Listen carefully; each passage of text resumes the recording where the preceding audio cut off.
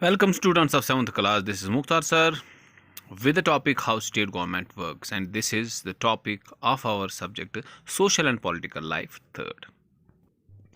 आज हम बात करेंगे how the state government work, state government कैसे काम करते हैं।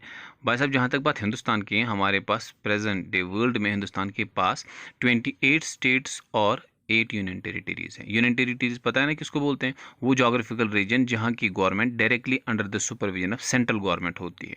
चलिए यहाँ पर हम स्टेट गवर्नमेंट की हम बात करते हैं कि स्टेट गवर्नमेंट कैसे काम करते हैं।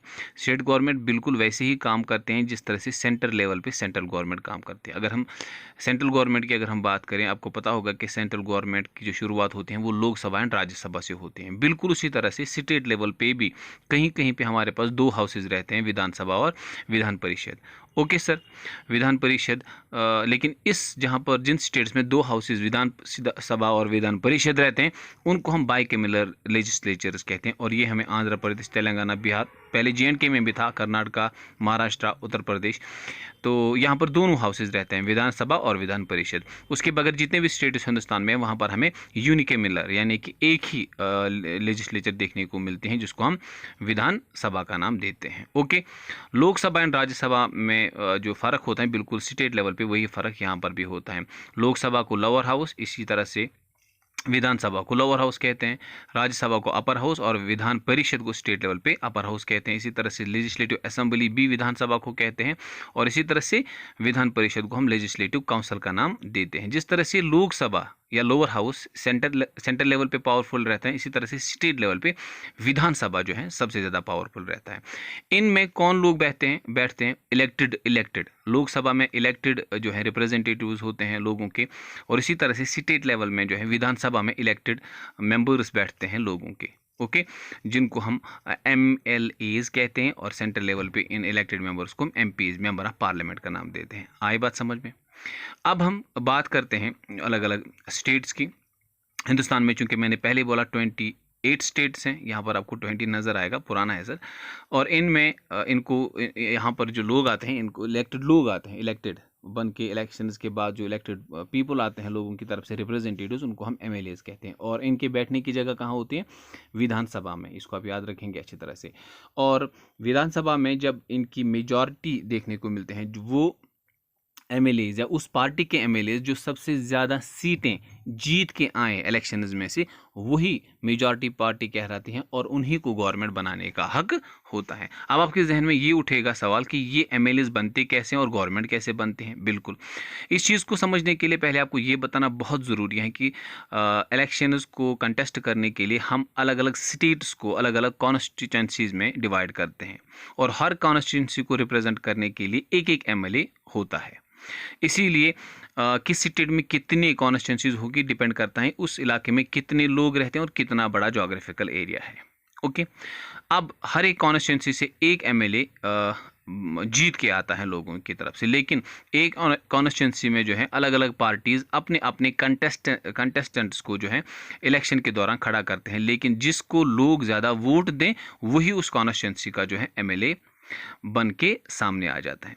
उसके बाद अलग अलग कॉन्स्टिट्यूंसीज में जब ये कॉन्टेस्ट इलेक्शन होते हैं, फिर जो पार्टी पूरे स्टेट में 50% से ज़्यादा कॉन्स्टिट्यूंसीज पे जो है अपने उम्मीदवारों की तरफ से जीत हासिल करता है, उन्हीं को गवर्नमेंट बनाने का हक होता है। मिसाल के तौर पर यहाँ पर आप यूपी को देख सकते हैं, टोटल कॉन्स्टिट्यूंसीज यहाँ पर 403 हैं।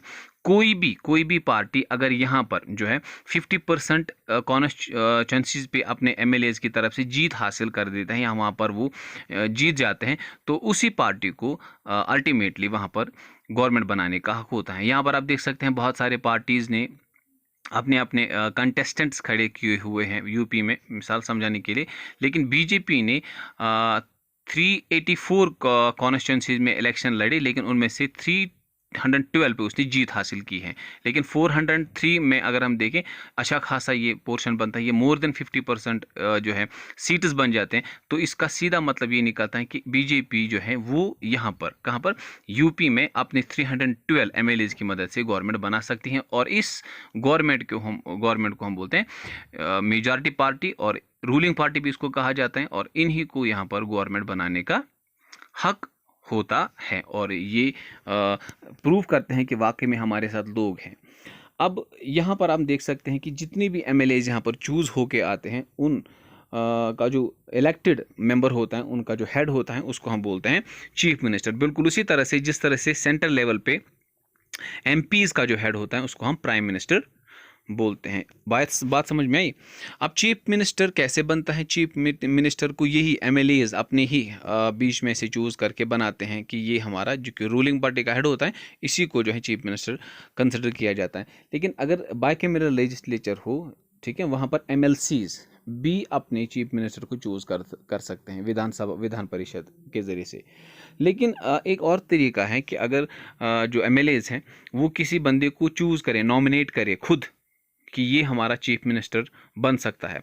अगर वो खुद एमएलए ना भी हो तो उसके लिए क्या होता है कि गवर्नर उसको अपॉइंट करता है चीफ मिनिस्टर, लेकिन विद इन 6 मंथ्स जो है उसको किसी भी कॉन्स्टिट्यूंसी में जो है अपने जो है इलेक्शन कंटेस्ट करवाना होता है और वहाँ पर जीत हासिल करनी होती है। तो 6 महीने तक 6 महीने तक वो मिनिस्टर का ओहदा संभाल सकता है, लेकिन एमएलए की सीट जीतनी होती है विद इन 6 मंथ्स और उसके बाद वो बाज़ाब्ता चीफ मिनिस्टर बन जाता है। बात समझ में आ रही है यहाँ तक?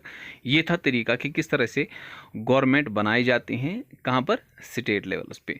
ओके, उसके बाद अगर हम देखें ये जो चीफ मिनिस्टर होता है, ये चीफ मिनिस्टर बनने के बाद अपने एमएलएज की तरफ से नॉमिनेट होने के बाद जो है अपने काउंसिल ऑफ मिनिस्टर्स चूज़ करता है, जिसको हम कैबिनेट मिनिस्टर्स का भी नाम देते हैं। बिल्कुल उसी तरह से जिस तरह से सेंट्रल लेवल पे प्राइम मिनिस्टर अपना कैबिनेट मिनिस्टर्स बनाते हैं।